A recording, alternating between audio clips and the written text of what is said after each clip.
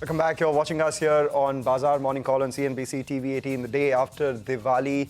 Wishing you once again, you and your family members, a very happy Diwali. It's a day after the Muhurat session. We did extremely well. Global Q's doing well as well. The big question right now is, will there be enough participation this morning or not? Now, whether there are enough participants or not, the question is, there are a bunch of stocks that you need to watch and keep on your radar this morning as well. And this is the CNBC TV 18 list of top stocks for the day. First up, we have ONGC.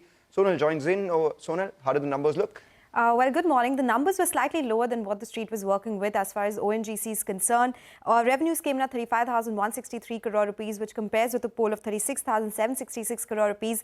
EBITDA also around 1,000 crore rupees lower than the poll, and this also led to a lower operating profit margin at 52.2%. Profits also came in at 10,216 crore rupees. Now, miss was driven by lower realizations and lower output as well. Output declined on a quarter-on-quarter basis, both in the crude and the gas segment. If you look at the crude realizations, came in at $73.3 per barrel. They were hit by an $11 per barrel windfall tax this time around.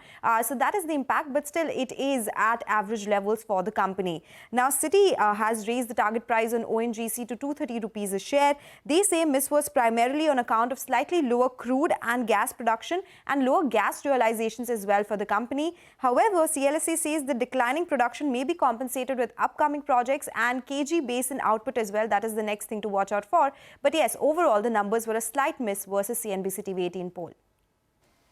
Okay, all right, Sonal, but we can't let you go at that. Tell us about Eicher Motors as well. The Royal Enfield is thumping ahead. It is actually, even though I am not a buyer or at all interested in that. But Nigel, this was a good set from Eicher. If we look at the numbers, revenues were up 17%, EBITDA was up 32%, operating profit margins, they increased by 320 basis points, leading to a profit growth of 54%. The company says they have seen a market share gain in the domestic market. They have seen it rise to 8.2% versus 7.8% that they saw in FY23. This is 250cc and above. They are also gaining market share in 125cc and above market, and they also say Royal Enfield share of more than 125cc bikes, it has risen to 32%. Brokerages, they are very positive. Morgan Stanley has an equal weight rating, but the target price of 3,552. They say EBITDA ahead of estimates, driven largely by a gross margin expansion that the company has seen. Jefferies has a buy target with a buy call with a target price of 4,650 rupees a share. They say it was around 6 to 9% above their profit estimates, and EBITDA was above around 32 to 55%. So both of them very bullish on the stock. Okay, Sonal, thanks very much for that. Well, let's move on to Biocon next, which also reported. Ekta's got details here. Ekta, morning. Morning. Well, yes, for Biocon, it was a different set of numbers simply because they've integrated the Viatris business, but it came below what the street was anticipating. Revenue up 49%, street was anticipating a 57% growth. Margins 21.4%, street was anticipating a 22.7% growth. Profit around 274 crores, which was higher than what the street anticipated. Biosimilar business, revenue up 97%. Generics was a bit sluggish. It was up around 4% on a year-on-year basis. Difficult to say what exactly the stock would react as because it's the first quarter for Viatris integration. But net-net, we could probably expect the stock to be flattish, maybe with a little bit of a negative bias simply because of the miss versus the estimates and the generics business, which was a bit sluggish. Okay, Ekta, thanks a lot for that. Well, I'm looking at SAIL. First look at the numbers, they look absolutely splendid.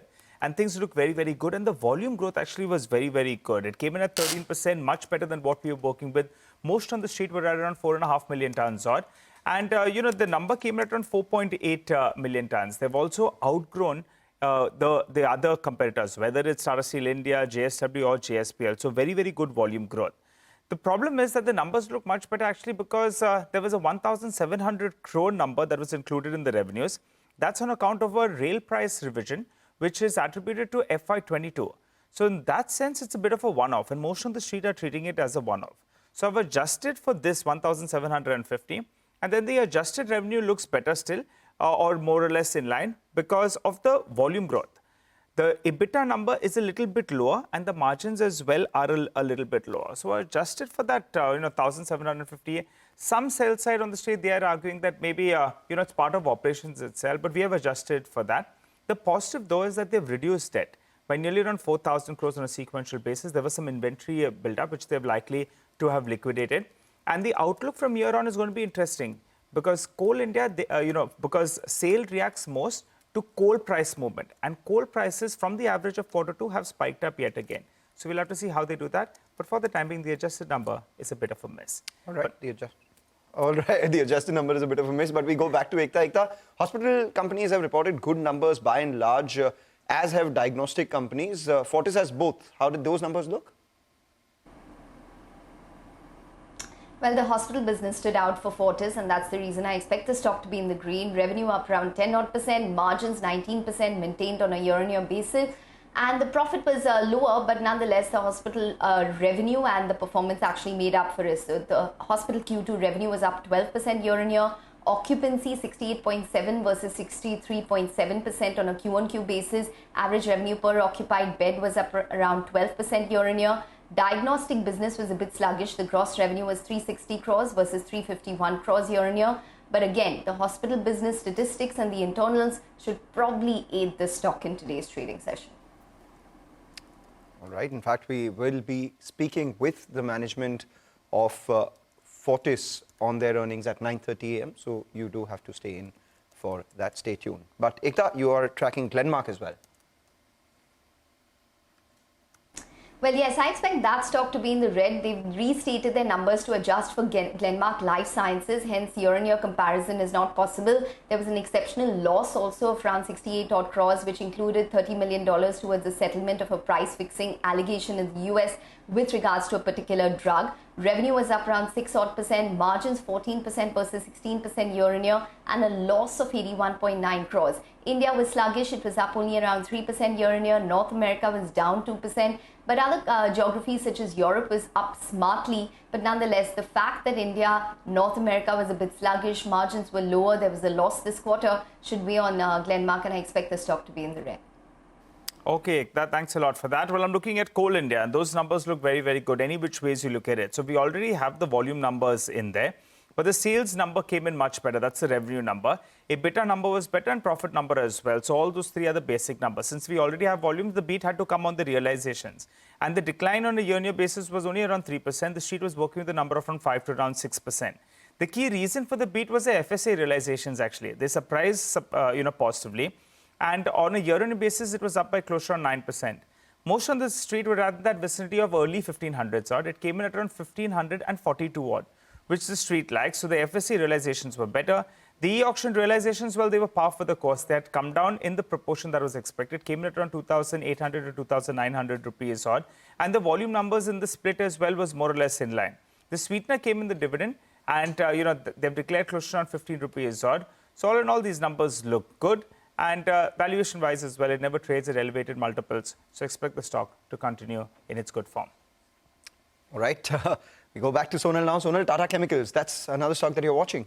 Yes, it was a weak set, a top-down miss. If you look at the revenues, down 6%, leading to an EBITDA fall of 11% to come in at 819 crore rupees. Profits also, if you look at the operating profit margins, that is, it came in at 20.5% versus 21.7%, leading to a profit decline of 27%. If we look at what the company said, they said the demand is stable. It was a pricing pressure that led to the fall that we saw in the numbers this time. India, in fact, saw more imports of soda ash this time around. It was around 14% earlier. It has risen to 27 to 28% now, leading to the pricing pressure and higher dumping that the company and the market generally is seeing. On the back of this, Nirmal Bang has cut their FY24 and FY25 estimates by 38 and 34% for the next two financial years. They have downgraded the stock to a sell. Expect the stock to be under pressure today.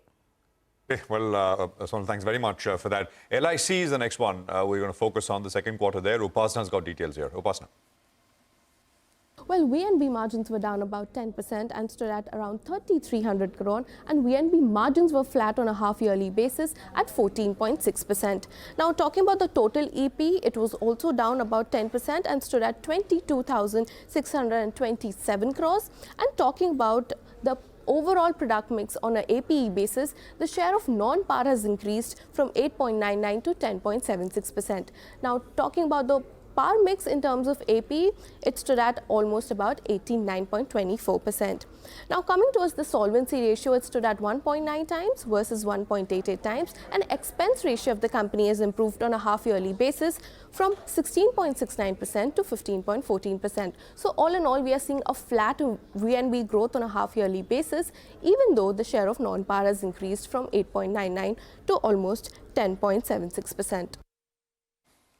All right, Upasana, thanks a lot for that. The stock that I'm watching this morning is Sun TV. They reported their numbers on Friday. And if you just take a look at the revenues, it was a 27% jump that we saw in the company's overall revenues. However, the ad revenue was down 4%, subscription revenue was up 5%. What is it that then led to the revenues move 27% higher? It was the release of the Rajinikanth film Jailer, which actually did well for them and contributed to our overall revenues. The EBITDA of the company was higher as well, and as were the margins, closer to 70%. Sun TV has had the best margins in the industry as well. The profits, however, did not grow as much as the revenue and the EBITDA because there was a large component of depreciation. The company usually depreciates the entire asset in that quarter itself. This quarter, the asset being Jailer. However, you expect the stock to be in the green today, despite that one-off revenue coming in from Jailer, is because of two things. One, the street expects ad revenues to resume in the second half post the World Cup as, companies redirect their ads into other channels as well. The second thing that we'll be watching out for is the cushion that they have in terms of valuation for the IPL, which is about 7,000 odd crores, and the cash on their books of close to 4,500 crores. These two account for nearly 50% of their market cap, limiting the downside on Sun TV. The stock has done well. If they're investing not much in Sun Next, it helps their return ratios as well, as a result of which, see some green on that counter. Okay, all right. Thanks a lot for that. Well, let's run you through and do a quick recap of all the top stocks that we discussed. Stocks with positive news flow. 4 of them: Coal India, Eicher Motors, Fortis Health, as well as Sun TV. While stocks with negative news flow, they should come up for you on the screen. You have ONGC that's in there. You have Biocon, SAIL, Tata Chemicals, Glenmark Pharma, and LIC. Okay, we'll take a very quick commercial break here. Prakash Devan will be joining in for some fundamental stock check, and we'll also a little later after that be connected with the management of eClerx to discuss their second quarter earnings. Stay with us.